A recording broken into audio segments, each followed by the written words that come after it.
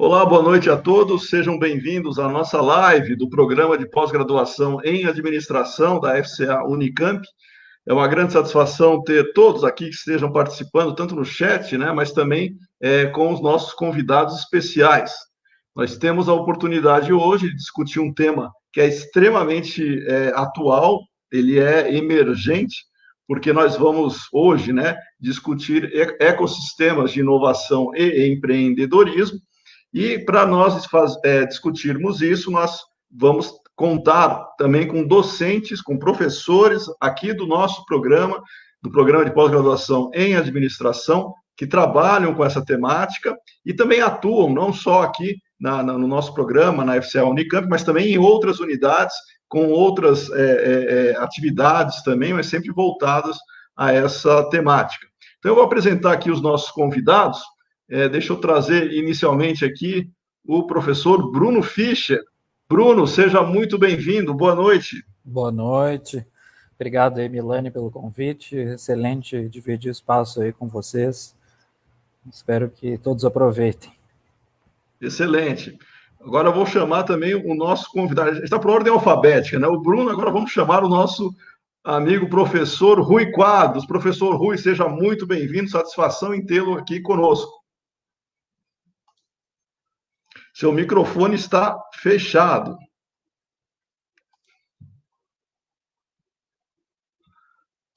Acho que ele não conseguiu abrir. Professor Rui, seu microfone está fechado. Aí, agora abriu. Está aberto. Agora sim. Então, boa noite a todos, obrigado pelo convite, é um prazer estar aqui com vocês. Excelente. E o nosso terceiro convidado especial, professor, também aqui do programa, mas com uma vasta experiência administrativa, não só na FCA, mas na Unicamp como um todo, nós temos a satisfação de contar com o professor Sérgio Salles. Muito prazer em tê-lo aqui, professor. Muito obrigado, boa noite a todas e todos. Milane, excelente iniciativa, muito obrigado pelo convite. Boa noite, Bruno, boa noite, Rui. Vamos lá, vamos discutir os assuntos. Vamos lá. E eu quero já desde agora convidar os nossos amigos que estão participando, que também o público é formado por docentes e discentes, né, e também interessados nessa temática, que sintam-se à vontade para utilizar o nosso chat para eventuais comentários e questões que, dentro do possível, a gente vai compartilhar aqui com os nossos convidados. Parece que o professor Rui, a conexão dele está um pouco instável, né? Mas com certeza ele volta nesse sentido. Bom, como é que vai funcionar a nossa dinâmica? Nós vamos ter aqui algumas questões já previamente formuladas que trabalham com essa temática e todos fiquem muito à vontade também para complementar, para trabalhar com esses conceitos e desenvolver outros que sejam pertinentes, tá? Então, na nossa programação, eu vou inicialmente fazer uma questão central que vai ser direcionada para o nosso amigo Bruno, mas que os demais professores também conhecem bastante o assunto, fiquem à vontade para trabalhar. Professor Bruno, já que trabalha com bastante, inclusive temos projetos em comum, né, de ecossistemas, eu pediria que você definisse o que são ecossistemas de inovação e empreendedorismo inicialmente, para as pessoas se situarem o que vem a ser, né, essa temática. Legal, obrigado aí, Milane. É sempre bom abrir quando a gente tem aí o Sérgio, o Rui, porque daí o que eu falo, né, falar depois deles é muito difícil. Então, falar antes facilita aí minha vida. O tema de ecossistemas de inovação e de empreendedorismo, né, tem essa disciplina, inclusive está sendo dada pela primeira vez na graduação da FCA. É um tema que está aí no percentil 99 de proeminência no campo de administração, então é um negócio bastante atual, né, tem muita literatura saindo sobre isso. E a gente está falando basicamente aqui em termos de configurações entre diferentes organizações. Tá? E aí a gente está falando de universidades, de governo, de empresas, né, de empresas de diferentes portes, tanto desde empresas multinacionais até spin-offs da universidade com 2, 3 pessoas trabalhando, e como eles se relacionam entre si. Né? Então, o processo de inovação, já há bastante tempo, se discute essa questão de integração entre os diferentes agentes e a perspectiva de ecossistemas, que ela surge lá no começo da década de 90, com os ecossistemas de negócios, né? Ela evolui aí na primeira década dos anos 2000 para a visão de ecossistemas de inovação, tá? Ou seja, a criação de inovação a partir dessas relações entre diferentes agentes, e nos anos, começo dessa década passada, ali 2010, 2011, se insere o termo ecossistemas de empreendedorismo, né? Pensando aí mais nessa atividade de geração de novas empresas inovadoras e etc. Então, o ecossistema de inovação e empreendedorismo, ele une essas duas vertentes, olhando para essas configurações, essas relações aí que se estabelecem para a geração dessa atividade agregadora de valor, em última instância. Excelente. Professor Sérgio, professor Rui, algum complemento, algum desenvolvimento nessa temática? O que seriam esses ecossistemas dentro da vivência de cada um, claro? Rui, você quer comentar? Olha, eu gostaria de falar um pouquinho sobre o empreendedorismo. Bom, tem a ver com ecossistemas também. Eu acho que o campo da inovação e da gestão da inovação é um campo bastante dinâmico, né? E eu acho que os estudos de empreendedorismo, eles acabaram recolocando de uma forma bastante interessante a questão de agência dentro dos estudos de inovação, né? Porque a gente está falando aqui dentro de um paradigma neo-schumpeteriano, né? E as correntes dominantes aí nos anos 2000, no início dos anos 2000, final dos anos 90, início dos anos 2000, elas acabaram desenvolvendo alguns conceitos, né, para entender processos de inovação, e particularmente o conceito de sistemas nacionais de inovação, que enfatizaram bastante os fatores institucionais e deixaram um pouquinho de lado o aspecto de agência, né. De uma certa forma, a gente poderia dizer assim, pelo menos alguns autores, né, que retomam o empreendedorismo numa perspectiva neo-schumpeteriana, aí a gente poderia falar, então, de uma inovação empreendedora, né? Eles vão colocar que o interessante dos estudos de empreendedorismo é colocar que, além dos fatores institucionais e do contexto, você tem os fatores de agência, quer dizer, há um espaço aí em que a competência, as capacidades, a tomada de decisão, as capacidades organizacionais pesam também no desenvolvimento das inovações, né? Aí depois eu poderia completar um pouquinho sobre como eu vejo isso num contexto maior de mudança que a gente está vivendo hoje. Ok. Professor Rui, eu acho que a sua câmera está com alguma instabilidade, não sei se sou eu que estou vendo ou mais gente, parece que às vezes dá umas tremidas. Está instável, está tremendo. Não, mas não é a minha câmera. Então Mas deve ser a conexão. mas aí eu não posso... Aí eu não posso fazer muita coisa, sinto muito. Tá bom, não, é só a conexão, então, mas fica um visual interessante, essa dinâmica. É dinâmico. Exatamente. Professor Sérgio, seus comentários Milani. iniciais. Bom, novamente, boa noite. Eu vou adicionar alguma coisa aqui, né, sobre o que o Bruno e o Rui disseram. A ideia de ecossistema, eu acho que ela traz uma vantagem sobre as ideias anteriores de sistemas de inovação, sistemas nacionais, sistemas setoriais, né? Tem um leque de conceitos que foram sendo construídos ao longo dos anos, desde a década de 70, e se for mais longe ainda, desde os circuitos industriais, enfim, até da década de 50, né?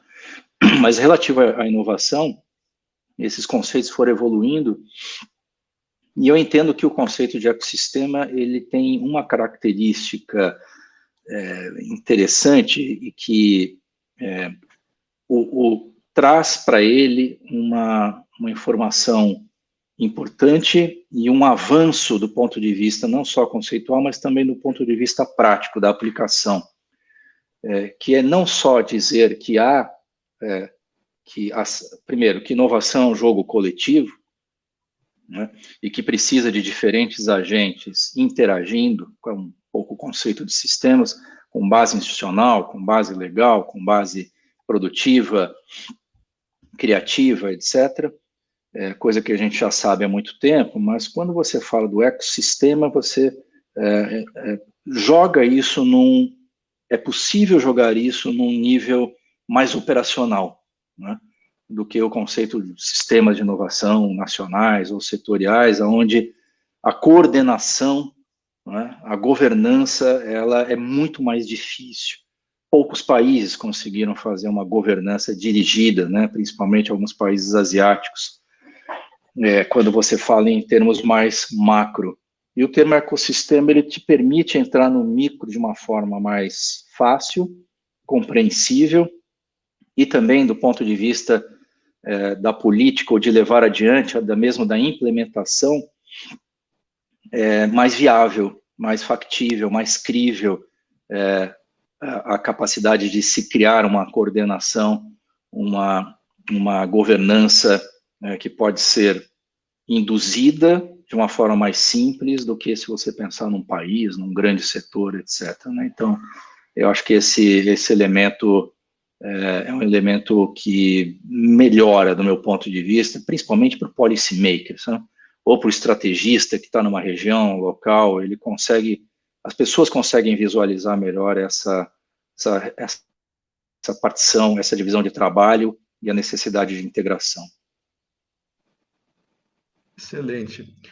Então, deixa eu aproveitar, antes da próxima questão, de já cumprimentar aqui alguns colegas nossos que estão já se manifestando aqui no chat, entre eles nosso professor Gustavo Salati, né, que também integra o PPGA, e assim, junto com o Bruno, é um dos recordistas aí, ganhadores de prêmios, né? Eles entram em congresso, estão ganhando prêmio nesta área de empreendedorismo também. Então, parabéns, professor Gustavo, muito bom ter você aqui nos acompanhando, né? Temos o Edmundo também, o Edmundo está aqui presente, professor Edmundo, ele usa o codinome Edward, mas é o Edmundo que está aí, nosso professor, que também tem uma vasta experiência nesse campo, né? Bem-vindo, professor Edmundo. E os nossos colegas também, a Ingrid, né? Ana Patrícia, Maria Helena, sejam bem-vindos às nossas conversas aqui. Bom, todos nós aqui temos vínculos com claro, a academia e, dentro do possível, com instituições externas, né? Então, eu faço uma questão agora que, para nós, é muito sensível e diz respeito a qual é, efetivamente, o papel que a universidade desempenha nessa dinâmica dos ecossistemas de inovação e empreendedorismo. O que a universidade efetivamente faz, contribui, participa desse processo? Professor Bruno? Oi, Milane. Até essa é uma pergunta bem interessante de ser feita hoje. Faz uma semana, a Paola Schaefer defendeu a tese de doutorado dela no Departamento de Política Científica e Tecnológica, no DPCT, sobre esse tema. A gente se envolveu aí durante vários anos em pesquisa nessa temática. Tu comentaste ali do Gustavo. O Gustavo tem bastante esse olhar da universidade como ecossistema, né? Seguindo uma literatura aí estrangeira também, como o Sérgio tinha comentado, o ecossistema acaba sendo um conceito bem flexível, o que ajuda aí que ele seja apropriado pelos agentes, não só pelos tomadores de decisão. Então isso é algo bem importante.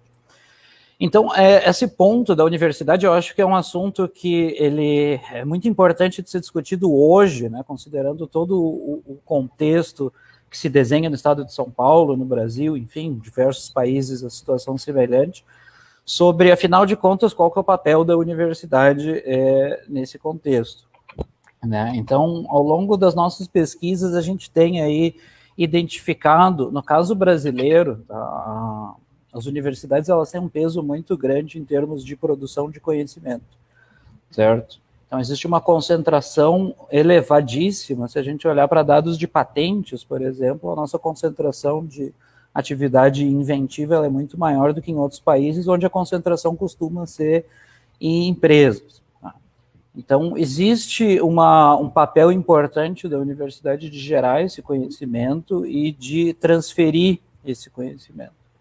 Então, esse é um eixo fundamental, é clássico, todo mundo conhece, mas ele é limitado para entender como que acontece essa dinâmica da universidade dentro do ecossistema, né? Porque dá aquela noção de que a universidade é uma fábrica do conhecimento, ela se torna empregada do setor industrial, e isso não corresponde efetivamente ao que um corpo substancial de literatura identifica e o que a gente veio identificar empiricamente.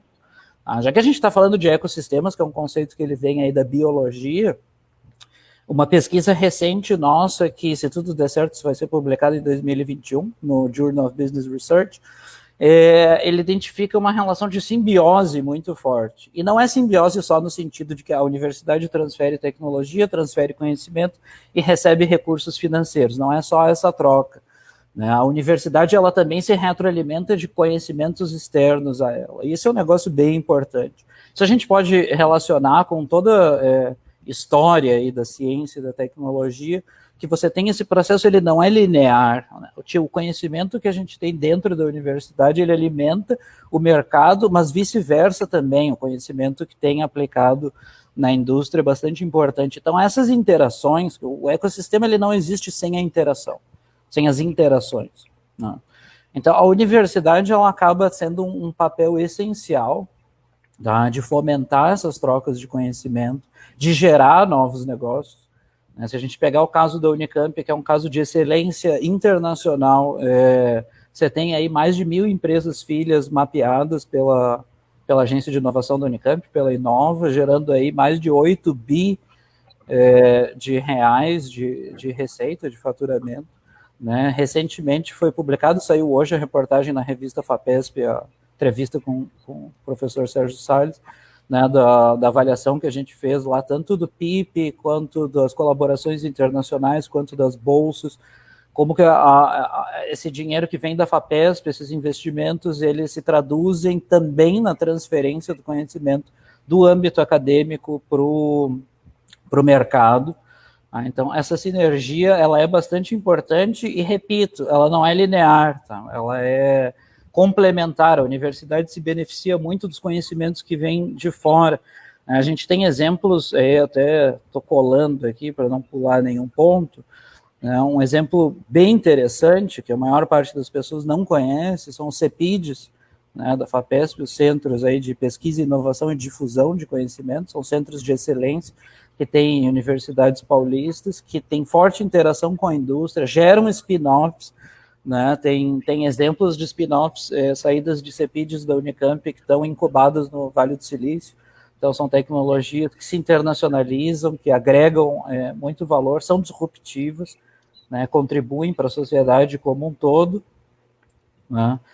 E se a gente olhar para ecossistemas de inovação no mundo, quantos ecossistemas de inovação não tem uma grande universidade intensiva em pesquisa inserida, ou mais de uma? Então, esse é um ponto importante também. A universidade, ela não é aqui panaceia, ela não vai resolver todos os problemas, e a universidade também não é commodity. Então, a capacidade de contribuição que a universidade representa para o ecossistema é condicionado pelas capacidades, principalmente na parte de pesquisa, que a universidade tem. Então, uma universidade que faz pesquisa de ponta tem capacidade de construir para ecossistemas de alto nível com grande conhecimento incorporado. Universidades que não tenham pesquisa de ponta, elas têm uma dificuldade muito maior de contribuir. E um outro ponto importante também é que a universidade, ela não é um vetor que resolve e cria o ecossistema por si só.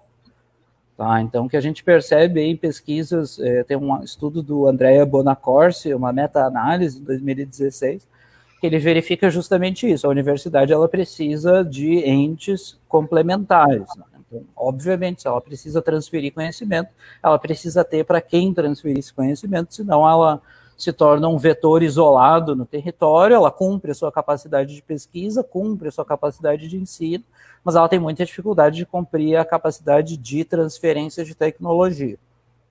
E um outro ponto, só para concluir aqui esse argumento, é a questão de tempo. Né? O ecossistema, ele é uma estrutura orgânica. né? Ele depende de se tornar independente, sem uma estrutura centralizada. E isso tende a demorar muito tempo. Tem um estudo da Anna-Lee Saxenian, que foi publicado em 94, que ela analisou o caso do Vale do Silício, que todo mundo gosta de falar tanto do caso do Vale do Silício, que não é um bom exemplo para quase nenhum lugar do mundo, mas enfim.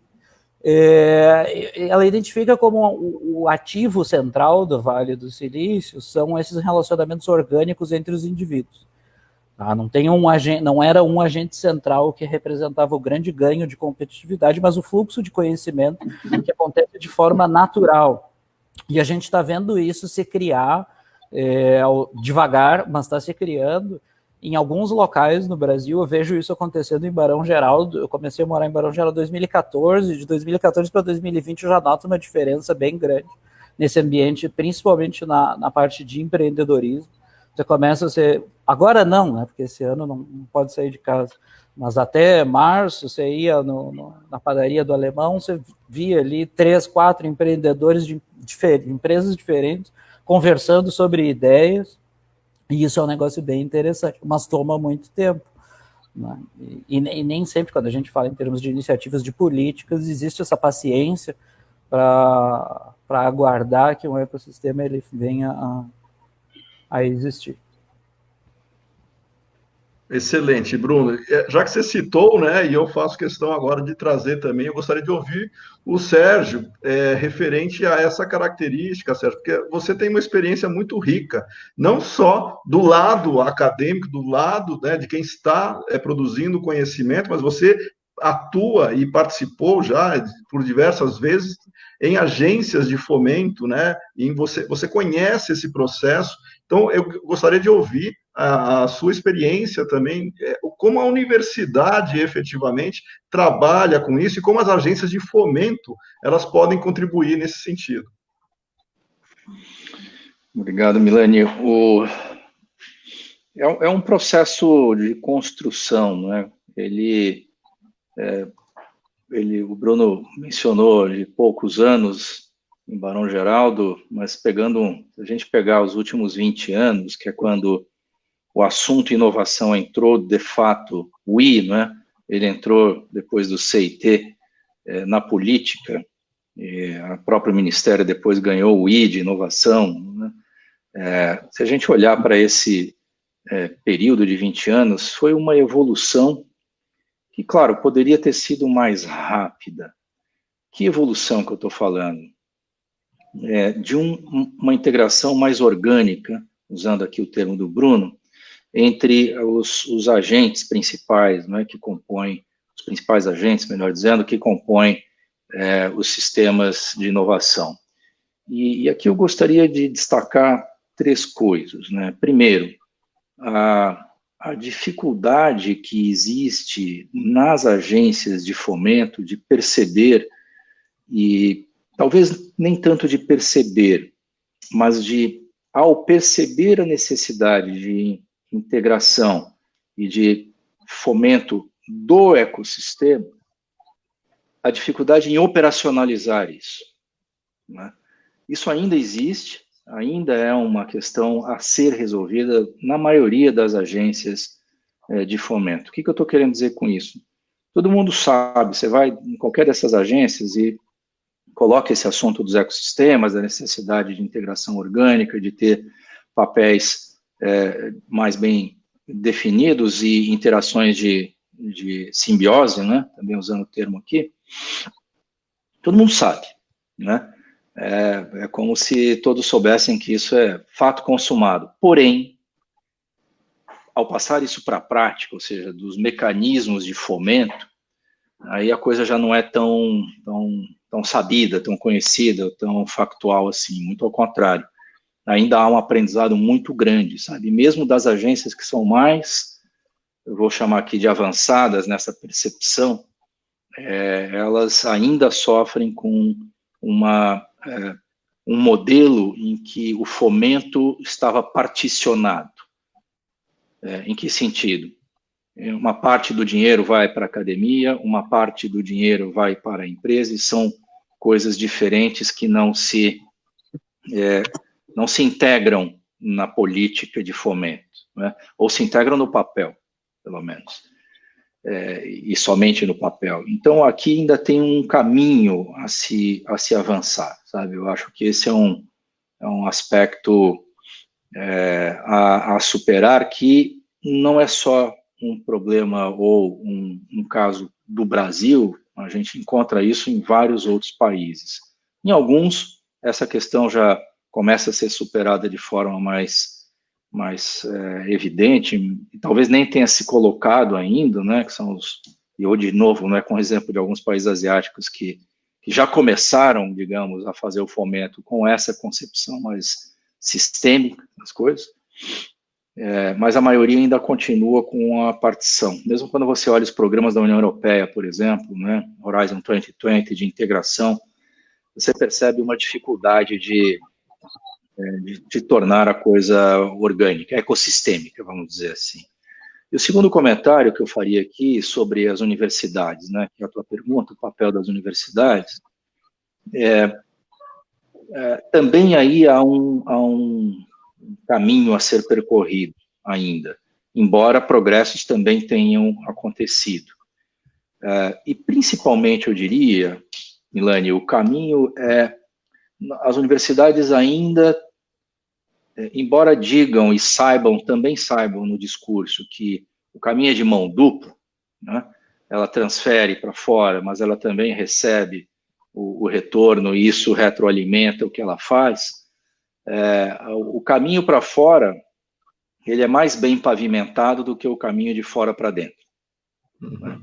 Então, você tem também um desequilíbrio aí, sabe? A gente tem muito o que aprender dentro da universidade dessa retroalimentação, de trazer as demandas de fora, as oportunidades de fora, para dentro da universidade. Essa ainda é uma vicinal, sabe? Não que a transferência para fora já seja uma Bandeirantes, uma grande avenida, uma grande estrada, porque não é também. Mas pelo menos é uma via que é mais comum, ao senso comum, as pessoas percebem mais facilmente, e as agências de inovação das universidades trabalham mais nessa direção, de dentro para fora, né? Nós precisamos começar a trabalhar do de fora para dentro. Isto vai mudar a integração da universidade nos chamados ecossistemas. Ela é fundamental, como o Bruno disse, não deve existir nenhum grande ecossistema importante sem uma universidade importante que faça parte, mas o potencial dessa integração orgânica ainda está por ser desenvolvido. Falando aqui da Unicamp, que tem uma certa tradição nisso, eu diria que é isso. Hoje nós temos uma rua pavimentada para fora e uma picada para dentro, sabe? Uma estradinha vicinal de fora para dentro. Excelente. Bom, o nosso colega Rui, ele ainda acho que está com alguma instabilidade ali de Não, eu estou aqui, vocês estão me ouvindo? Não, a gente não está te vendo. Agora não, a gente está te ouvindo. Eu perguntei se vocês estão me ouvindo. Ouvindo sim, vendo não. Eu desliguei a câmera porque tá instável, né? Eu não sei se o problema então aqui ou é aí, entendeu? Então tá bom. Então vamos continuar a conversar, ainda que todo mundo sabe que é você, Rui. Então vamos lá. Rui, tem meu nome escrito aqui.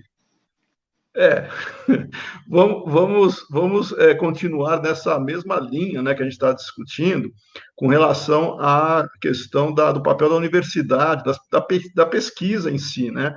O Bruno, o Sérgio, eles destacaram exatamente essa relação que nós temos e que está aumentando, né? Quer queira ou quer não, nós temos um aumento de pesquisa sobre inovação hoje, né? Sobre empreendedorismo. O que você, Rui, atuando na área, tem a dizer sobre isso e qual seria, dentro dessa proposta de aumento, né, desse crescimento das pesquisas, como que isso impacta o campo de estudos para a inovação em particular? Então, eu vou pegar esse gancho do Sérgio para falar um pouquinho a partir de uma outra pesquisa com uma visão mais de fora para dentro, né? Para fazer um pouquinho o papel do advogado do diabo aqui. Vocês estão me ouvindo ou não? Estamos. Tá bom. Não, eu acho assim,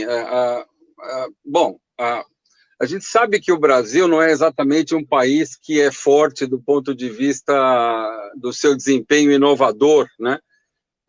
Em que pesem as exceções setoriais e empresariais que a gente conhece. Eu costumo chamar dos suspeitos de sempre, né?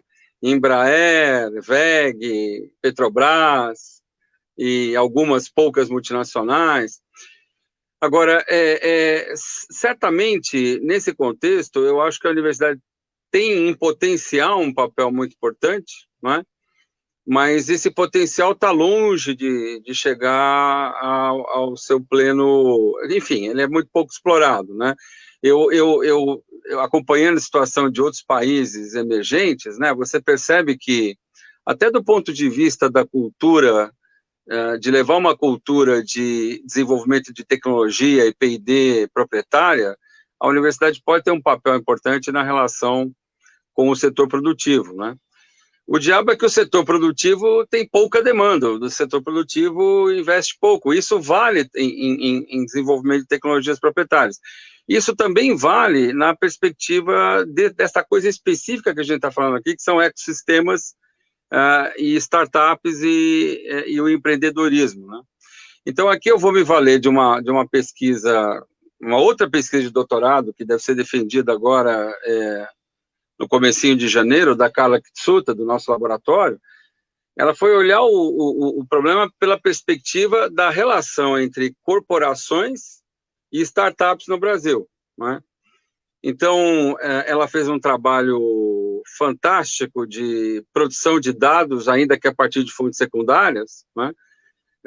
É uma rampa inclinadíssima, se você olhar o número de empresas grandes que criaram ecossistemas de startups. O tema é um tema ainda muito mais forte do que o que envolve a universidade e startups, né? Entre as corporações. Para vocês terem uma ideia, entre 2010 e 2015, você contava o número de corporações engajadas com startups ou estruturando ecossistemas de startups em torno dos seus objetivos, você contava em 2 dezenas no máximo. De 2015 a 2020, essas 2 dezenas se tornaram mais de 500 empresas, né? A Carla passou pelas 500 maiores da Forbes, e no caso das 500 maiores da Forbes, ela foi uma por uma, ela identificou quase 200 empresas das 500 maiores da Forbes que têm sistema de startups. Agora, veja, 95% disso está relacionado à digitalização, né? Não está relacionado a outras áreas do conhecimento no qual a universidade acho que teria um papel até maior. Não estou tirando a importância da universidade na questão da digitalização. Mas nós não estamos vendo aí startups se formando a partir da pesquisa, são muito mais startups que formam a partir do mercado, onde certamente a universidade tem um papel importante porque ela forma esses recursos humanos, né? Ela estimula esses recursos humanos a serem empreendedores. Mas nós não estamos falando de transferência de tecnologia com base em pesquisa científica que vai levar à construção. Claro, você tem exceções, novamente, os suspeitos de sempre.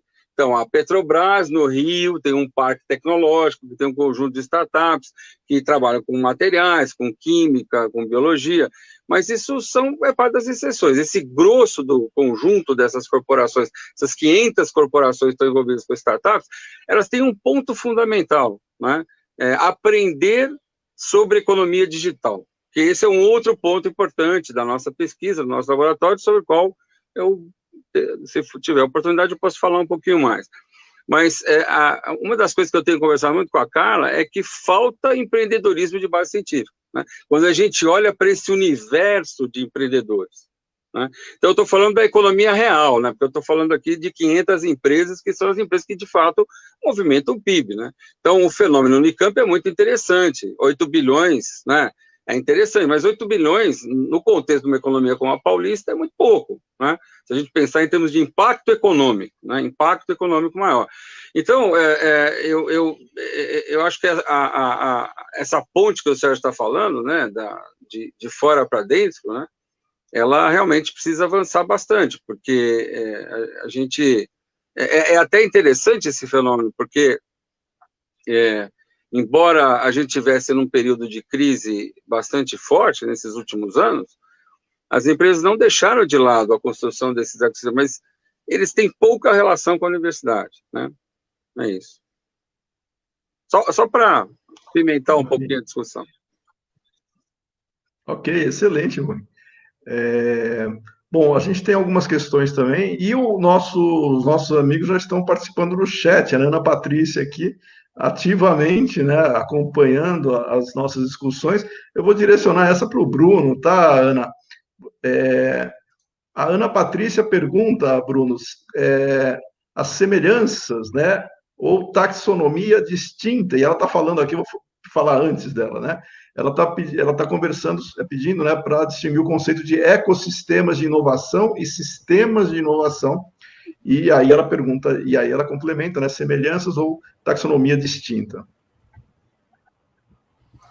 Então, eu participei de um podcast da Ampad meses atrás, foi janeiro, fevereiro, e a gente estava conversando justamente sobre isso, né? Até tem um caso interessante para comentar. Isso daí, Ana Patrícia, um abraço, Ana Patrícia, bom te ver aí. É um motivo quase de briga, às vezes, em congresso, né? E eu me vi no meio de uma dessas brigas com o Berntak Lundvall, que é o cara que criou o conceito de sistemas nacionais de inovação. Ele é uma eminência internacional no tema de sistemas de inovação, e eu estava apresentando no congresso, e ele perguntou, mas por que você usa ecossistemas e não sistemas?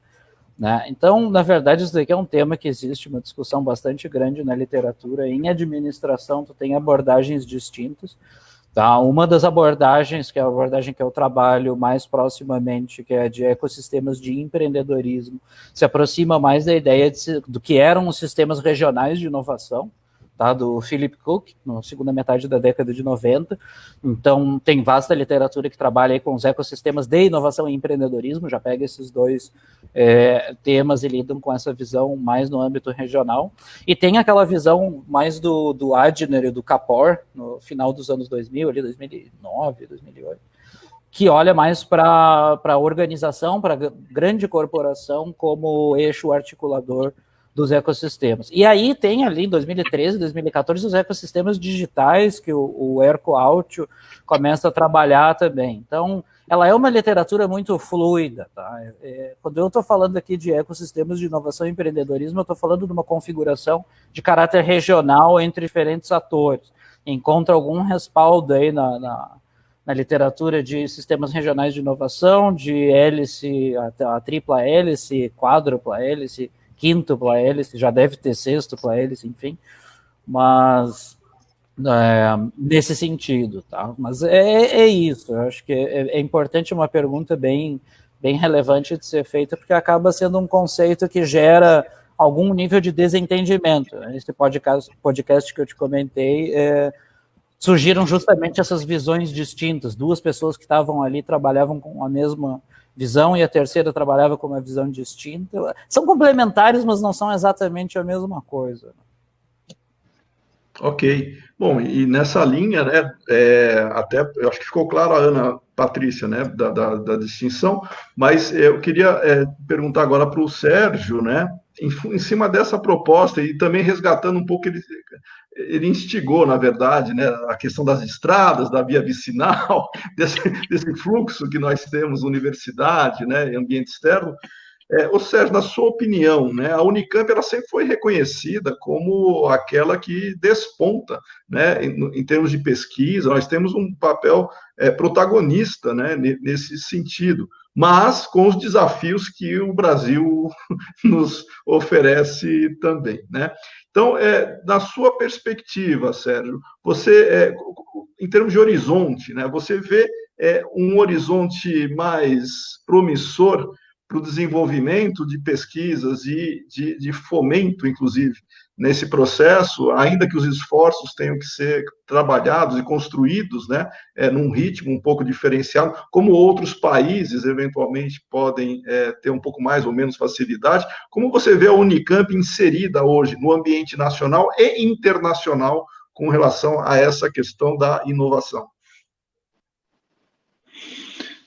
Eu vejo com muito otimismo, viu, Nani? Eu sou bastante otimista por algumas razões, não é? A primeira é pela própria tradição e faz parte do, né, chamado DNA da Unicamp. Ela nasceu com essa característica de interação com indústria, com desenvolvimento tecnológico, sempre está lá nos primeiros lugares em termos de números de patentes, e agora ampliando bastante também as patentes licenciadas, né, que é o que interessa no final das contas ali. Então, eu pela tradição e pelo DNA, eu diria que eu sou otimista, mas você não pode ser otimista só por conta disso, né, porque o mundo gira, né, a Lusitana acho que não roda mais, mas o mundo continua girando, e outros lugares estão se adiantando, né, e estão fazendo coisas mais rapidamente, outras universidades no Brasil, e isso nos coloca um desafio competitivo aí importante, né? E para isso, isso que eu estava comentando, né, sobre a abertura de fora para dentro, de dentro para fora, me parece absolutamente essencial. Hoje a Unicamp tem um grande projeto, ela está criando um grande movimento de um hub internacional de desenvolvimento sustentável, que é para usar uma parte daquela fazenda argentina, né, que foi comprada pela Unicamp, e pega uma ampla área de Campinas, envolvendo infraestrutura, envolvendo uma série de empresas, de indústrias, e a ideia é construir um hub de inovação sustentável. Tem um plano diretor sendo desenvolvido com recurso do BID. Isso seria um salto fantástico, porque obrigaria a Unicamp a abrir alargar e pavimentar essa estrada de volta, né, do retorno, do feedback, da retroalimentação. Então, atitudes nesse sentido, elas são essenciais para que a gente consiga vislumbrar um futuro mais proativo da universidade nos ecossistemas. Eu nem sei, houve outros momentos em que a gente mediu, né, que sistemas de inovação, ou que áreas do conhecimento são mais importantes para a Unicamp, ou que a Unicamp teve participação importante. Então, aparecia sempre alimentos, biotecnologia e informática, né, são os três que normalmente apareciam com mais importância. Então, o entorno aqui de Campinas criou um modelo tão diversificado do ponto de vista de investimento produtivo, que são vários ecossistemas que estão se formando aqui na região, né? E a Unicamp pode ter um papel mais proativo nisso, mas para isso ela precisa mudar um pouco o seu modus operandi em relação a isso. Nessa direção que eu comentei, de integração de fora para dentro, e também na direção de entender que a função da universidade, de que essa divisão de tarefas, ela precisa ter mais equilíbrio com os outros entes que participam do ecossistema de inovação. O que eu estou chamando de equilíbrio? Ainda existe um certo sentimento de que, poxa, a gente faz tanta coisa boa e as empresas não querem, né? Não é bem isso, não é? Porque você tem um modelo de desenvolvimento que vai sair daqui, como tem saído, esses 8 bilhões que o Rui mencionou, não sei quantos empregos, né, que estão sendo gerados dos spin-offs que saem da universidade, em áreas muito diferenciadas, mas há uma necessidade de transformar isso numa coisa, de novo, mais orgânica dentro da universidade. Não é ainda, sabe? Se você pegar a Unicamp, tem 24 unidades de ensino e pesquisa, que são as engenharias, a medicina, as geociências, a biologia, etc. É muito desigual ainda isso, né? Essa interação, a introjeção, né, nas diferentes unidades da universidade, nas suas áreas de especialização do conhecimento, do assunto inovação, ainda é muito heterogêneo, mesmo dentro das áreas tecnológicas e das exatas, por exemplo, onde seria de se esperar ali você tem muita heterogeneidade. Então, tem um trabalho interno, de cultura interna, que ainda precisa ser feito. Então, são duas atuações, né? São dois movimentos. É um movimento de olhar a Unicamp dentro de um ambiente maior, em que não é ela necessariamente a protagonista, porque acho que ainda tem muito essa cultura de nós somos os protagonistas disso. Ela é um ente importante, né? Botando isso na cabeça já ajuda bastante a atrair os demais. E o outro movimento é o movimento interno, de rebater isso com mais força dentro dos departamentos, dentro das unidades de ensino e pesquisa que a universidade tem. Incluiria aí também os colégios técnicos, que têm um potencial imenso de participar desses ecossistemas. A Unicamp tem 2 colégios, um aí em Limeira, né? Outro aqui em Campinas, que formam gente de ensino médio de altíssima qualidade, e que tem um papel fundamental, né, nos ecossistemas de inovação. E hoje esses estão deslocados, não estão integrados, né? Então, tanto as unidades de ensino e pesquisa, quanto os colégios, precisam rebater mais para dentro disso. Então, tem um trabalho de cultura de aprendizado interno. Muito bom.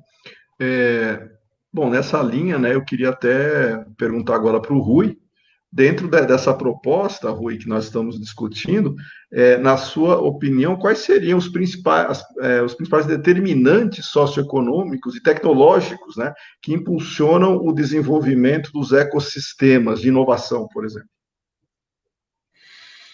Então, eu acho que a gente está vivendo um momento em que um conjunto de determinantes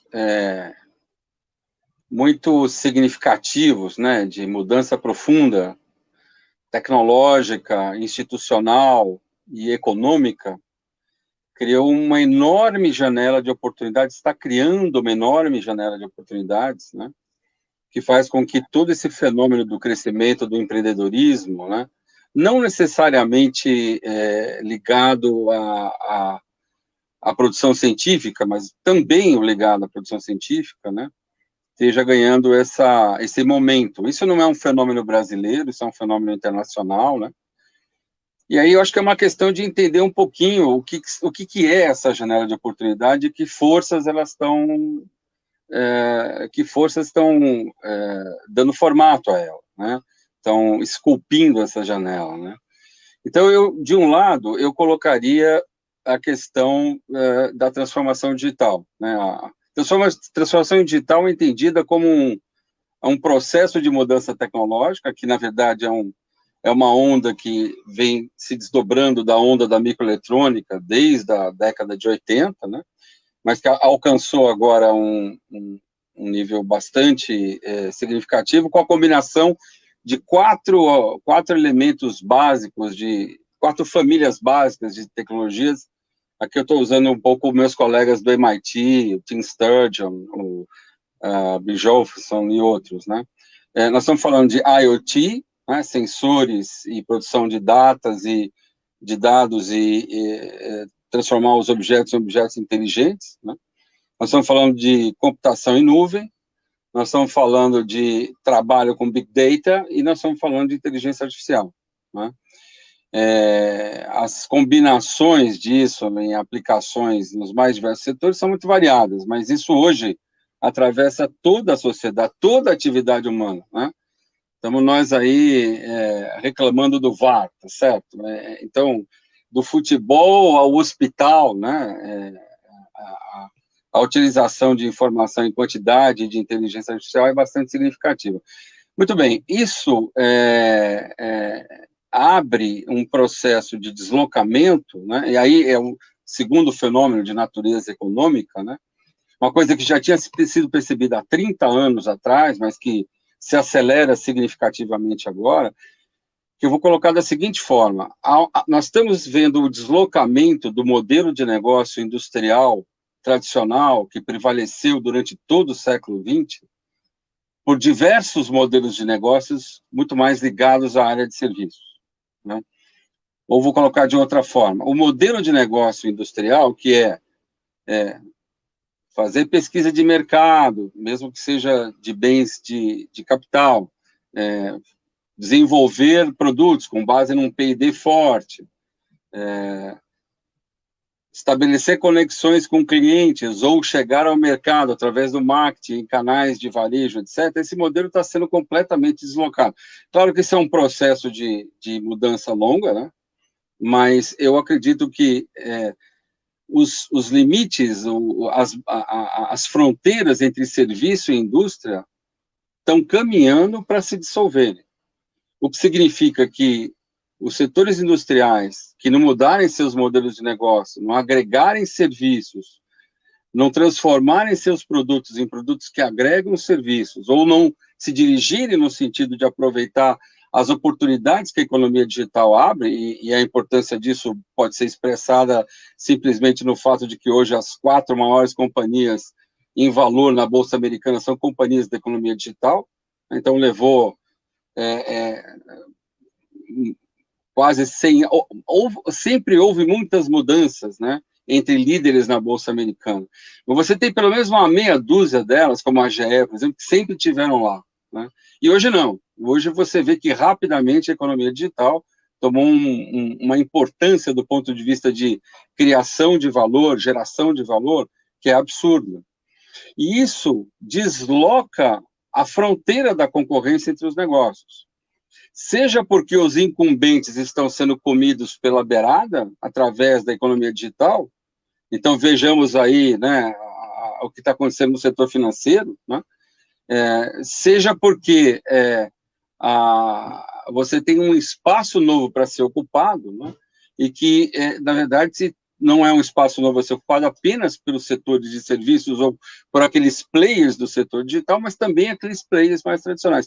Todas as indústrias importantes hoje estão se colocando frente a esse desafio, e isso para elas é um problema, especialmente quando você vai para as áreas mais tradicionais da indústria, que elas estão menos próximas da digitalização.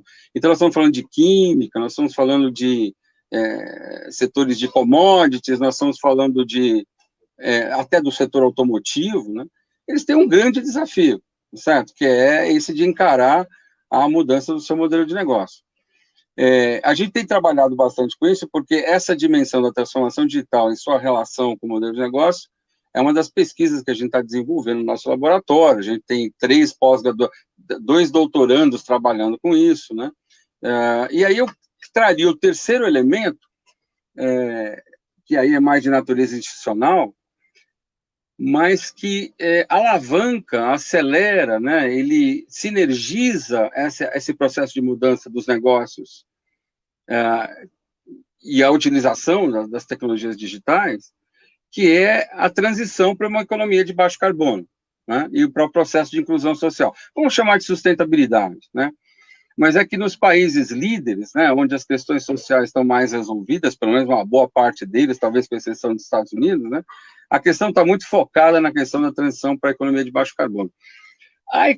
Essa transição, ela implica também uma mudança profunda nas redes, nas cadeias de valor, né, de modo que a maneira de você pensar produto passa a ser uma maneira muito mais focada em pensar materiais, ver produtos como conjuntos de ativos de materiais, o que significa que você tem toda uma pressão da sociedade, da legislação, no sentido que você coloque de cabeça para baixo o paradigma da obsolescência, que foi sempre a primeira lei do marketing em produtos industriais, como vocês sabem muito bem.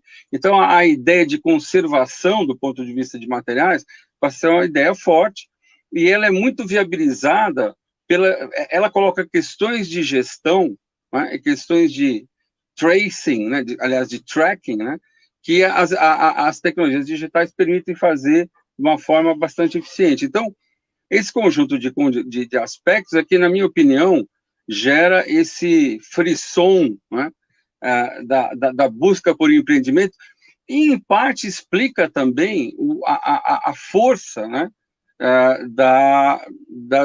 dos empreendedores que buscam, que são empreendedores na economia digital, que buscam a digitalização, e também as empresas que buscam construir ecossistemas para aprender e poder navegar dentro desse novo universo digitalizado, né? Eu acho que isso é um aspecto bastante importante e um pouco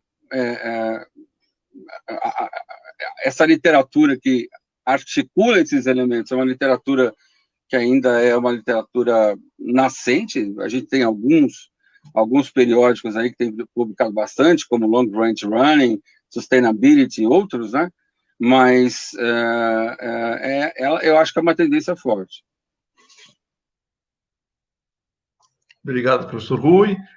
A sua fala me fez lembrar uma live que nós fizemos aqui já há algum tempo, né? Quer dizer, desde que começou essa época da Covid, né? Nós trouxemos alguns professores, inclusive um professor em particular, que eu acho que o Bruno vai se lembrar, nós trouxemos aqui o Thales Teixeira, que é professor de Harvard, né? Ficou 10 anos dando aula em Harvard, e lançou um livro nos Estados Unidos que está fazendo, ganhou vários prêmios ali de repercussão bastante grande. O Thales estuda a disrupção, né, na cadeia de valor pelas startups, mas sob a ótica digital, né? E como que isso afeta de maneira drástica negócios estabelecidos, inclusive, dada a inovação que essas startups colocam. Eu vou tomar a liberdade de colocar aqui no chat o link dessa nossa live que nós fizemos, que eu acho que quem quiser assistir, vale a pena depois. Legal. Deixa eu publicar. Estou publicando aqui. Pronto. Aí está o endereço. Ó. É que, claro, o endereço de Facebook sai assim, né? Desse tamanho, não tem nada, mas está aí no chat.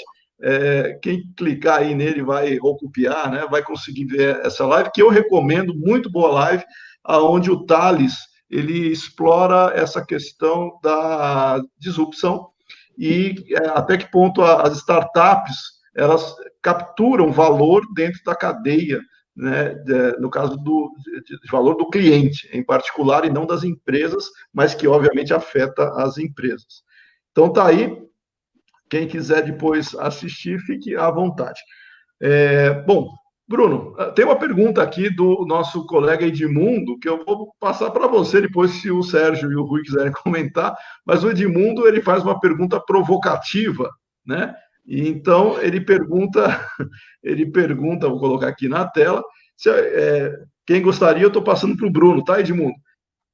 Sobre os impactos de médio e longo prazo dos desinvestimentos em ciência, tecnologia, enfim.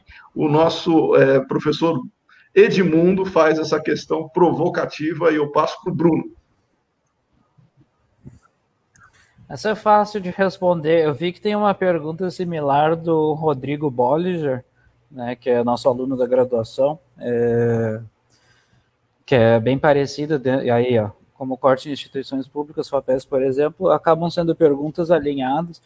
Eu tinha comentado anteriormente, né, sobre a capacidade de contribuição das universidades para o ecossistema está condicionado com a capacidade de pesquisa das universidades, certo? Então, isso é bem fácil de responder. Quando você corta essas fontes, você está cortando insumos que são fundamentais para a realização de pesquisa nas mais diversas áreas, né? Muitas pesquisas acabam se tornando inviáveis. A gente conhece casos de pesquisadores que simplesmente saem do país ou ficam no país e não conseguem realizar pesquisa, e aí você está secando essa fonte de conhecimento, você está reduzindo a capacidade de geração de impacto da universidade no ecossistema. Tá?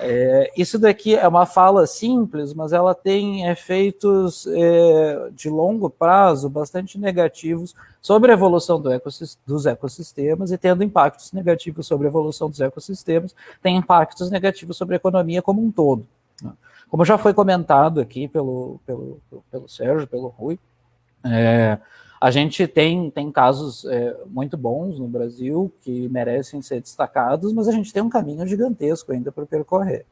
Né? Então, quando a gente acaba prejudicando a qualidade da pesquisa que a gente está realizando hoje, a gente está olhando para a diminuição das nossas capacidades científicas, tecnológicas, de inovação e de empreendedorismo por décadas. Né? Então, isso acaba sendo um direcionamento muito perigoso para o longo prazo, tá, do sistema econômico. Só complementando, para fazer uma união com a fala do Rui, só queria comentar que hoje a gente teve o professor Nicholas von Ortus, da George Washington University, o professor Dirk Meissner, da Higher School of Economics da Rússia, e o Ron Boschma, da Universidade de Utrecht. A gente vai, a partir de março, vão estar abertas as submissões para um número especial sobre disrupção em cadeias globais de valor, tá? No Technological Forecasting and Social Change, o journal. Eu vou publicar isso daí nas redes sociais, mas só comentando, isso vai ser em 2021, provavelmente publicação em 2022, é um assunto que a gente vem trabalhando também. Legal. Professor Sérgio, professor Rui, querem comentar alguma coisa do assunto? Professor Sérgio. Posso comentar, sim, Dani. Bom, o sistema já não é muito rico, né? Aí você vai e corta dinheiro, o efeito ele é dramático, ele vai ser sentido no longo prazo, ele não é um corte, pelo menos o que está proposto, né? É um corte substantivo de recursos, de dinheiro que já está comprometido, uma parte dele, né, porque os financiamentos são de 2, 3 anos, então a recuperação disso depois é muito mais difícil. Então, como a produção de conhecimento, produção e uso de conhecimento, são coisas que cada vez mais têm escala. E, aliás, essa é uma outra razão pela qual eu gosto do conceito de ecossistema, voltando àquele início, porque ele me permite olhar estratégias de desenvolvimento em diferentes escalas. Né? Pegando aqui um gancho, acho que foi o Bruno que falou do Lundgren, né? Eu tive numa discussão com ele também, com ele e com alguém mais sobre cadeia de valor, há uns anos atrás, em que, primeiro, o que interessa do conceito é sistemas de inovação, se é nacional, se é setorial, é uma questão do teu interesse no objeto de estudo, né? Mas a ideia do sistêmico é que é fundamental, e por outro lado, em cadeias globais de valor, o que interessa do conceito, do meu ponto de vista, é a cadeia de valor, né? Como é que ela se estrutura, como é que se gera e se apropria o valor ali dentro. Se for global, ok, é um assunto em si, mas tem as cadeias locais também, né? Não necessariamente globais. Então, os conceitos desprovidos desses adjetivos, eu fiz essa pergunta para os dois, né? E aí, se a gente usar, e os dois acabam defendendo os seus próprios conceitos, né? Então, eles não abrem mão, é impressionante isso da restrição que o adjetivo ali nacional traz, ou que o global também traz para os conceitos. Mas, enfim, isso só fechando esse parente, aproveitando o gancho. Então, quando você tira recurso, por óbvio, né? Vai haver um impacto negativo. Dentro de uma economia claudicante, de uma economia que vem sofrendo muito para se recuperar, e que agora, esse ano com a pandemia, entrou num processo recessivo, de uma queda bastante forte, acentuada de produção. Eu estou falando isso porque a gente poderia até pensar otimisticamente, dizendo, então corta daqui, o pessoal vai mais agora, como o estudante, o Rodrigo, perguntou, para o setor privado buscar recursos. Porque poderia ser uma saída, né? Você me corta o financiamento público, eu vou buscar em outro lugar. Tá bom, é uma possibilidade, a gente não descarta, mas a conjuntura não ajuda para isso, né? Isso teria que ser uma conjuntura diferente para que tivesse um efeito positivo. Então, eu acredito que isso hoje só traz mesmo efeitos negativos, e de efeitos que perduram no tempo e que depois tem um custo ainda maior para você recuperar o atraso que isso vai provocar. Obrigado, Sérgio. Professor Rui, comentários? Um comentário rápido. Claro que o setor privado seria uma possível saída, evidentemente, se fosse outro setor privado, porque a gente já comentou um pouco aqui sobre os problemas estruturais, né? Mas acho que o principal é o seguinte, né? O setor privado investe na perspectiva do crescimento, né? Inovação, pesquisa e desenvolvimento são um investimento, e se você tem uma recessão de 5 anos, é muito complicado você imaginar que você vai ter avanços nessa área. Com relação às áreas de maior impacto dos cortes, eu acho que é sobretudo saúde, né? No contexto que a gente está, né? E considerando a importância da área de saúde, da medicina e das áreas conexas de saúde no sistema universitário brasileiro, a importância que ela tem, né? Esse corte vai afetar bastante várias dimensões, né? Da epidemiologia, da capacidade de atendimento, do desenvolvimento da pesquisa de ponta, né? E a gente já viu exemplos recentes, né, de como a pesquisa brasileira em saúde é importante para resolver questões brasileiras, né? E elas vão sofrer com isso. Infelizmente, né, Rui? Bom, pois é. Aqui o professor, registrando a presença dele também, o professor Cristiano França da Cunha, também colega nosso do PPGA, onde ele destaca, bem lembrada, né, essa live que nós fizemos, que o professor Cristiano participou, inclusive, né, com o professor Tales, e que foi muito boa. Eu diria que nós tivemos uma oportunidade muito rica para trabalhar essa temática, e mais um reforço aí para a turma que não viu assistir, né, essa live. E o professor Edmundo também agradecendo aí os comentários de vocês para referente, né, essa questão que foi a pergunta do Rodrigo também dentro dessa proposta. Bom, nós temos uma questão aqui que é de eu diria que é de um ex-aluno, o doutor Derson agora, que ele tem uma participação bastante destacada, né, nessa proposta de pesquisa, de estudos, e o Derson, ele pergunta como aumentar a quantidade de pesquisas e projetos universitários de inovação e empreendedorismo que se tornem negócios sustentáveis dirigidos pelos próprios estudantes. O Derson aqui, ele amplia, né, não é só aumentar essa questão de pesquisa e projetos, mas que eles sejam sustentáveis e que sejam dirigidos pelos próprios estudantes. Bruno, alguma pista aí para o Derson?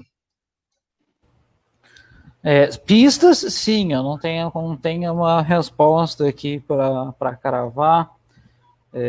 A gente tem trabalhado aí com alguns determinantes da atividade empreendedora em geral, tá, Derson? São duas linhas de pesquisa que a gente vem trabalhando, por enquanto, de abordagens distintas. Uma delas aí é o que determina a propensão empreendedora de estudantes universitários no Brasil, e uma outra, um estudo de caso que a gente fez na Unicamp, é a capacidade da Unicamp de gerar tecnologia e inovação frugal. Tá? Então, essas que estão vinculadas aí à vulnerabilidade social e ambiental. O primeiro ponto, e isso daí o que a gente percebeu no Brasil está razoavelmente alinhado também com experiências de outros países, é que a gente ainda tem, na maior parte das universidades, uma visão de promoção ao empreendedorismo focada em algo excessivamente estruturado. Tá?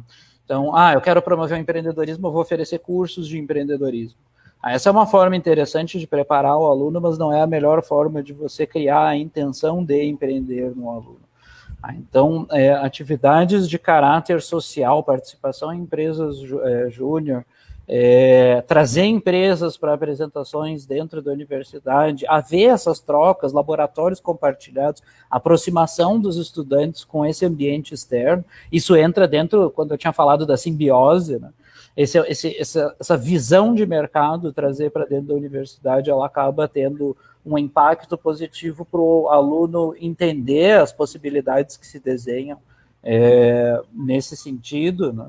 A questão de negócios sustentáveis, se a gente está falando aqui de negócios sustentáveis do ponto de vista socioambiental, eu acho que a universidade, principalmente a universidade pública, ela tem uma inserção importante dentro do que se chama na literatura os vácuos institucionais. Tá? Isso é bastante típico de países em desenvolvimento, estágios mais atrasados de desenvolvimento, que são âmbitos em que as instituições do país não agem, e isso acaba criando oportunidades para o empreendedorismo, tá? Para atender essas populações vulneráveis.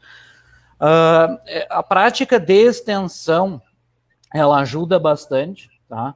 Nessa inserção. Então, essa aproximação do ensino, do empreendedorismo, ensino entendido no caráter não só sala de aula, mas muito além de sala de aula, a formação do estudante dentro do ambiente da universidade, que é algo que infelizmente está em suspenso agora, que acaba se perdendo a parte mais rica da formação do estudante, da minha concepção.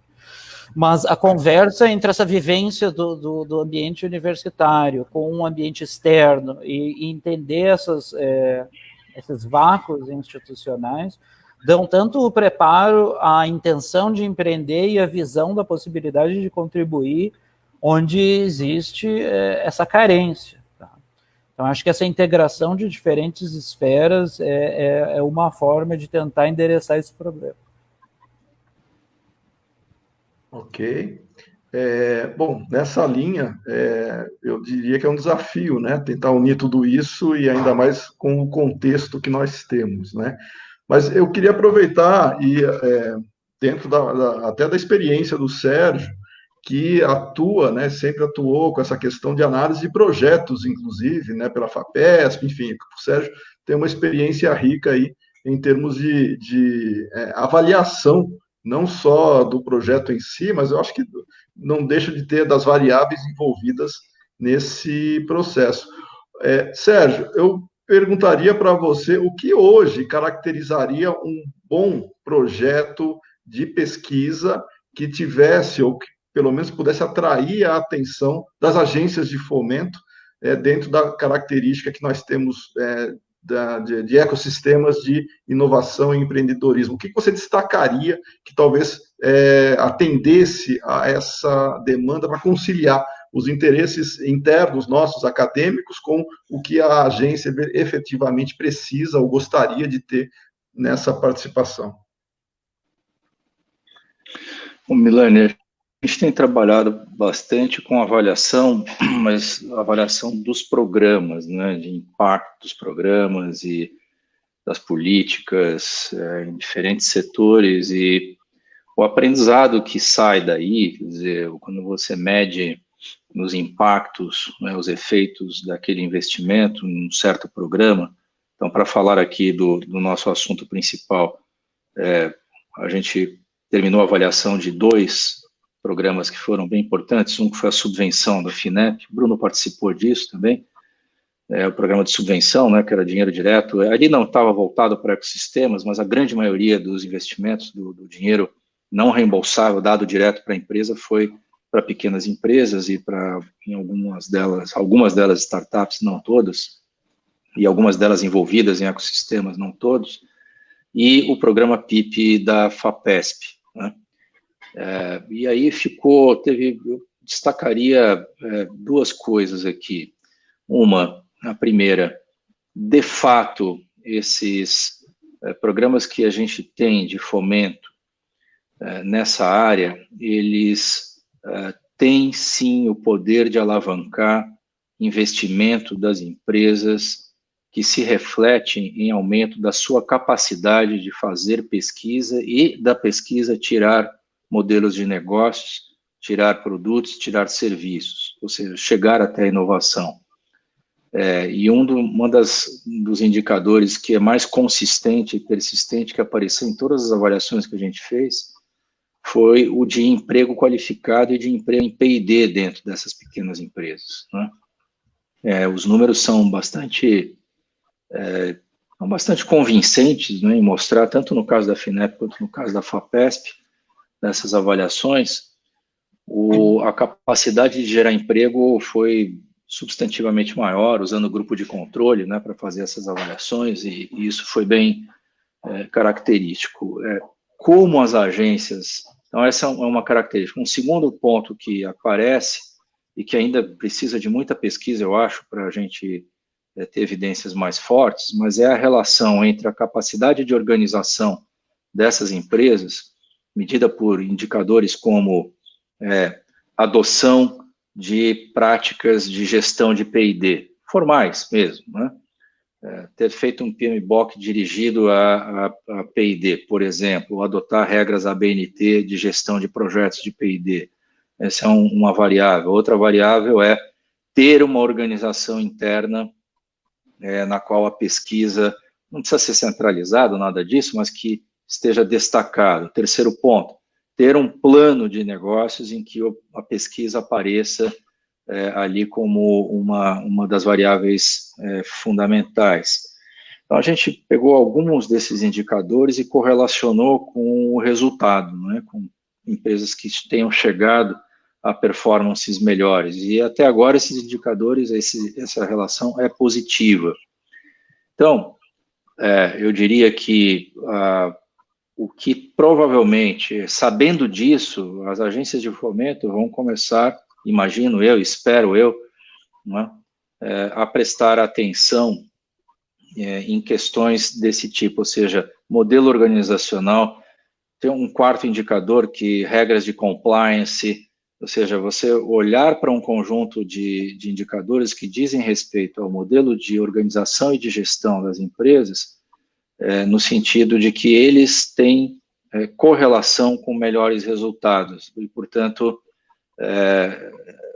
projetos e programas, etc., que olhem para isso, tenderão a ser mais bem vistos, na minha opinião. Mas vai depender muito de quem estiver também na direção e na análise de projetos que são submetidos às agências. Uma outra questão que apareceu muito interessante na avaliação do PIP, Bruno também participou disso, foi uma diferenciação de perfis, de tipos de empresas e de propostas de negócios que tem uma significância estatística, quando você vai fazer uma análise de correspondência e depois uma clusterização, muito forte, sabe? Com características das empresas e tipo de desempenho que elas têm.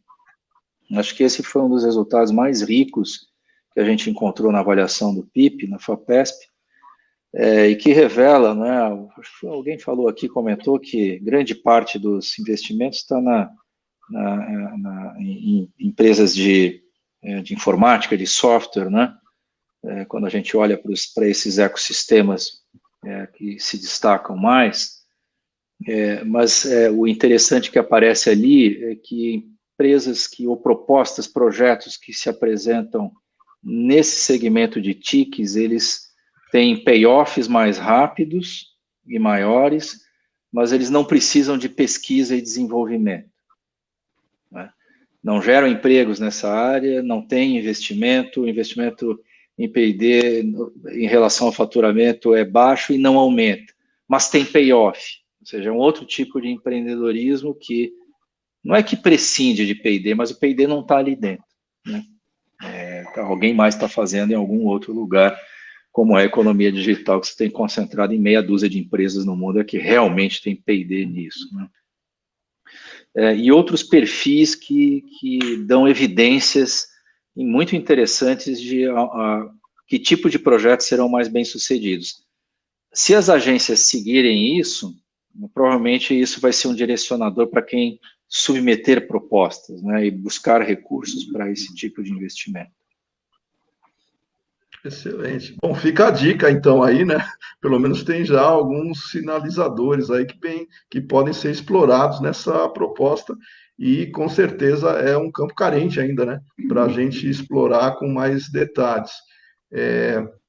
Foi comentado, Sérgio, você falou de indicadores, né? O Rui, eu sei que ele já teve e tem ainda, né, um trabalho bastante rico também em explorar indicadores. Tem projetos também, né, Rui, onde você chegou a discutir metodologia de indicadores de avaliação de projetos em pesquisa e desenvolvimento. Você pode comentar um pouco sobre isso? Posso sim. A gente desenvolveu uma metodologia de avaliação de P&D para o CEPEL, para o Centro de Pesquisa em Energia Elétrica, projeto no qual, inclusive, o nosso colega Edmundo participou, né? E, bom, aí é uma situação muito particular, particular, porém importante, né? Porque você tem que considerar o contexto institucional também, né? O CEPEL é um centro de pesquisa que foi... enquanto o sistema elétrico era fundamentalmente um sistema público, né? Ele era um centro ligado à Eletrobras, basicamente, né? E sustentado pela Eletrobras. Com o processo de privatização, a Eletrobras cada vez mais se ressentiu de ter que sustentar o CEPEL, porque o CEPEL, além de atender a Eletrobras, ele é o principal centro de inteligência tecnológica aplicada ao setor elétrico brasileiro e, particularmente, à operação do Sistema Integrado Nacional. Me desculpe. Então, toda a operação, o planejamento da operação, o planejamento da expansão do sistema elétrico no Brasil, rodam em cima de conhecimento e de softwares, algoritmos desenvolvidos pelo CEPEL, né? Mas o CEPEL se colocou na seguinte situação, né? Na seguinte esquina, né? Se a Eletrobras for privatizada, o seu novo acionista, os seus novos acionistas não vão querer bancar o que o CEPEL faz, né? Porque o CEPEL basicamente trabalha metade para a Eletrobras, ou até menos, mas mais da metade ele trabalha para o sistema público, né? Como o CEPEL, durante muitos anos, não teve muita preocupação em demonstrar os benefícios da sua atividade para a sociedade, a gente, através até de uma interação que se deu através da extensão, né? Eu acho que o Bruno comentou a importância da extensão para você estabelecer esse tipo de laço, né? A gente fez 2 cursos em company de gestão de inovação na Eletrobras e estabelecemos uma relação muito boa com os colegas do CEPEL, que nos chamaram para começar a pensar em indicadores, inicialmente pensando em nível de projetos, e depois em nível mais amplo, em impactos econômicos, e aquilo que a gente veio chamar de impactos estratégicos, porque há elementos intangíveis nessa relação do CEPEL com o sistema de energia no Brasil, que é um pouco difícil você medir em números econômicos, né? Você mede em capacidade de intervenção. Para você ter uma ideia, eu vou dar um exemplo que é simples e fácil de entender. Naquela conjuntura de 3 anos atrás, acho que são 3 anos atrás, 3, 4 anos atrás, em que, exatamente 4 anos atrás, em que houve uma seca muito forte aqui no estado de São Paulo e no sul, de uma maneira geral, o governo estava numa situação muito difícil, o Ministério, né, de Minas e Energia, sobre adotar ou não adotar um racionamento, para evitar que a coisa se complique. O racionamento é uma decisão que, se você posterga, quando você vem a fazer, ele vai ser muito pior. O custo econômico é muito maior. Então, a tomada de decisão envolvendo a presidente da República, os ministros, etc., foi basicamente subsidiado, a inteligência toda veio do CEPEL, rodando esses modelos de planejamento de médio, curto e longo prazo que eles têm, né? Isso é um resultado, isso tem um valor que é difícil você, até possível você fazer o exercício, né, calculando quanto custaria a adoção do racionamento, né? A gente fez uma aproximação disso, são algumas dezenas de bilhões de reais, né? 80, 100 bilhões de reais, mais ou menos. Mas acho que o mais importante não é isso, o mais importante é essa capacidade de intervenção, né? Essa prontidão tecnológica, né? E que, se for perdida, o CEPEL, nós teremos problemas muito sérios. Os impactos serão muito... É uma situação delicada e que eu diria que é pouco conhecida, porque esse é o tipo da questão que não vai a debate, e tem a ver com a questão tecnológica e de instituições de ciência e tecnologia, essencialmente, né? Então, o nosso papel ali foi o papel de fazer um projeto que não é um projeto que tem ele é um projeto de pesquisa, mas é um projeto que os resultados acadêmicos serão aproveitados posteriormente, porque o problema maior ali era tentar criar um conjunto de indicadores econômicos e estratégicos que permitissem o CEPEL estabelecer uma comunicação com a sociedade e os tomadores de decisão, que permitisse mostrar a relevância dele no contexto nacional. Ok. É um exemplo, bom, né? obrigado. O mais recente do que a gente tem feito, né? E sim, mas que com certeza serve para colocar esse assunto à reflexão. E você mesmo traz assuntos que a maioria, eu tenho certeza, não conhece ou não acompanha, né? Que é o que você desenvolveu agora. Infelizmente, o nosso horário já, o tempo corre, né? E nós não temos, o tempo é inflexível, né? Vou só comentar aqui os nossos amigos que estão nos acompanhando, o Derson, né? Agradecendo aqui a conversa, né? As reflexões, a Camila também parabenizando, né? Não sei se ela já foi ou participa de algum grupo de pesquisa, do Sérgio, do Rui ou do Bruno, tá? Nós temos o professor Gaio, que está nos dando a honra da presença aqui também. Professor Gaio, muito bem-vindo, participando aqui conosco, interagindo conosco. E a Nana Baiona, muito bem, Nana. Nana também aqui, e os demais que estão participando, Ana Patrícia, né, e os demais que estão participando. A ideia é essa, né? O tempo eu sei que ele é ingrato mesmo, mas que outras oportunidades nós possamos ter. E uma pessoa bastante bem-vinda também, professora Adriana Bin, né, do nosso programa de administração, que está participando. Aí depois o nosso professor Cristiano também, a Anne, né, nossa aluna, a Anne é de Manaus, eu não sei se ela está em Manaus nos acompanhando ou está aqui em São Paulo, né? Anne, um abraço para você, nossa doutoranda. E nós temos também uma figura muito especial, André Laporte, ela é especial porque é minha mulher, né? Então está prestigiando também aqui a nossa live, tá? E a Ana Patrícia, que participou sempre desde o começo aqui da nossa interação. Eu queria agradecer a todos, né? E passar agora para que vocês possam fazer as considerações finais antes do nosso encerramento. Professor Bruno Fischer. Vou ser bem breve, Marco. Eu queria agradecer a oportunidade. Eu acho que tem temas bem relevantes para ser discutidos. Eu acho que a gente teve aí uma noite bem produtiva, principalmente nessa questão da temática aí das universidades e a relação delas nos ecossistemas de inovação e empreendedorismo, que eu tinha comentado anteriormente. Volto a ressaltar, eu acho que é um assunto extremamente importante, crítico hoje e com reflexos para o curto, para o médio e para o longo prazo. Então, um tema bem legal de ser discutido. Queria agradecer aí a presença de todo mundo, um monte de alunos, de professores. Fantástico, sensacional. Obrigado. Obrigado, Sérgio. Bruno. Obrigado, Nós que Rui, agradecemos também a sua presença aqui. Vou em ordem alfabética. Professor Rui. Então, Marco, excelente iniciativa. Estou muito feliz de estar aqui com vocês. Foi uma discussão muito legal. Acho que todos nós aprendemos bastante com Bruno, com Sérgio, com você, com os colegas que colocaram questões, né? O tema realmente é um tema bastante importante, eu concordo inteiramente com o Bruno, né? Eu deixaria talvez como mensagem, né? Considerações para a gente continuar pensando, né? Uma coisa que eu até comentei com o Sérgio faz algum tempo, né?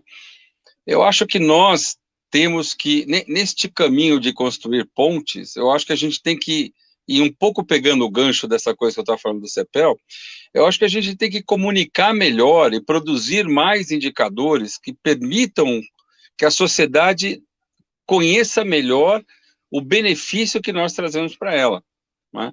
Eu acho que a leitura mais normal, mais corriqueira, é a de formação de estudantes de graduação, né? Os de pós-graduação, eu acho que boa parte da sociedade não sabe bem para que servem, tá certo? Mas a gente sabe, evidentemente. Mas o que eu quero dizer é que há uma iniciativa da USP, agora, que está sendo liderada pelo Jacques Markovitch, né? Que é uma tentativa de criar, é um projeto que cria indicadores de impacto da universidade na tentativa de mostrar a relevância da USP no contexto paulista, nacional. Eu acho que a gente, na Unicamp, teria que buscar uma coisa semelhante, entendeu? Eu acho que a gente se comunica bem, quer dizer, a gente se comunica entre nós bem, a gente se comunica na comunidade bem, internacionalmente bem, mas para a sociedade mais ampla, eu acho que a gente não se comunica tão bem. É isso. Uma sugestão. Rui. E agora, professor Sérgio Salles, para as considerações finais. Bem, Marco, muitíssimo obrigado aqui pelo convite, pela organização do evento. Agradecer também ao Bruno, ao Rui, a todos os participantes aqui pelos comentários. Eu vou deixar dois comentários finais aqui, né? O primeiro a FCA é um local, e o programa de pós-graduação e administração, né, o PPGA, são instrumentos fundamentais para que a Unicamp avance nesses assuntos que a gente discutiu aqui. Não é só, mas aí não é a escola de administração da Unicamp, é onde a gente, junto com economia, com o DPCT, e outros núcleos também que existem na universidade, é a inteligência que a gente também quer muito que se volte para dentro, no sentido de poder transformar a Unicamp, né? Fazer com que ela avance nesses assuntos. E seria muito bom, e está sendo, né, ter esse tipo de evento, e também a participação dessas cabeças na gestão da universidade. Eu acho que isso é bem importante, né, para o futuro da Unicamp, porque está aí dentro, né, a gente pensando nisso, tem gente que é craque no assunto, então a gente precisa aproveitar melhor e usar a Unicamp como um laboratório real, né, para uma série de ideias e propostas que, no estudo que vocês fazem, nos estudos, nas pesquisas que fazem, nas teses, nas dissertações, aparecem. Então, acho que esse é um dos comentários. E o outro, pegando carona no que o Rui comentou, totalmente de acordo, enquanto nós não transformarmos a forma de comunicação, não profissionalizarmos isso, mostrando o leque de entregas que a universidade faz para a sociedade, e esse leque vai de A a Z, nós vamos continuar sofrendo ataques, sofrendo ameaças de corte de recursos, de autonomia, de incompreensão. Então, tem uma tarefa que é nossa nisso, né, muito claramente. Não adianta jogar a culpa nos outros e dizer, ninguém entende o que a gente faz. Não entende porque a gente não sabe explicar. É uma tarefa nossa saber explicar, saber comunicar e colocar as palavras, os indicadores de forma compreensível por muitos segmentos da sociedade. Esse é um desafio. Outro dia, qualquer página que você entre, outro dia entrei na página de Berkeley, os dados que aparecem na página inicial da universidade são dados sobre inclusão. Inclusão étnica, racial, diversidade, está lá, estampado, né? Nas universidades da Austrália, você entra, o que aparece é quantos dólares a gente gera australianos por dólar investido, quanto imposto a universidade gera, quanto emprego a universidade está gerando, que tipo de emprego. Então, é tão óbvio que a gente precisa avançar nesse assunto, e esse assunto vai ter uma capacidade muito grande de nos dar mais legitimidade e o que vem junto com isso, né, que é o apoio da sociedade, mais recursos, mais investimento, que nós estamos precisando bastante. Mas, mais uma vez, agradecer muito a oportunidade aqui e desejar um excelente fim de semana, afinal de contas, né, pessoal, sexta-feira à noite agora. Então, um ótimo fim de semana para todo mundo. Milani, muitíssimo obrigado aí pela... sexta-feira, 8h30, né, da noite. Muito bom, obrigado. Obrigado, Sérgio. Obrigado, Sérgio. O Sérgio não contou, mas no backstage a gente estava conversando, né? Quantas reuniões teve hoje, Sérgio? 3? Você estava na sequência? Não. Depois eu contei, começou às 8, sei lá, acho que foram 6 ou 7, uma coisa assim. 6 ou 7, desde as 8 da manhã e termina, e fazendo a gentileza aqui de participar da nossa live. Né? Então... Eu que agradeço, né? Essa foi a reunião mais gostosa de participar do dia. Ótimo. Então, tá bom. Então, eu quero agradecer aos professores Bruno Fischer, Rui Quadros e Sérgio Salles pela participação aqui. Quero agradecer aos amigos que, tanto docentes quanto discentes do PPGA e de outros programas que participaram aqui deixaram seus comentários, interagiram, e convido a todos, né? Nós não sabemos quando, mas teremos outras lives com temas vinculados à nossa proposta de pesquisa, de estudo e da Unicamp, que o importante é que nós tenhamos essa reflexão, afinal de contas, nós estamos numa universidade para produzir conhecimento. Obrigado a todos, um abraço, até a próxima. Valeu, um abraço. Tchau, obrigado. pessoal. Obrigado, viu? Tchau, pessoal. Um abraço. Tchau, todos. Bom fim de semana para todo mundo. Bom.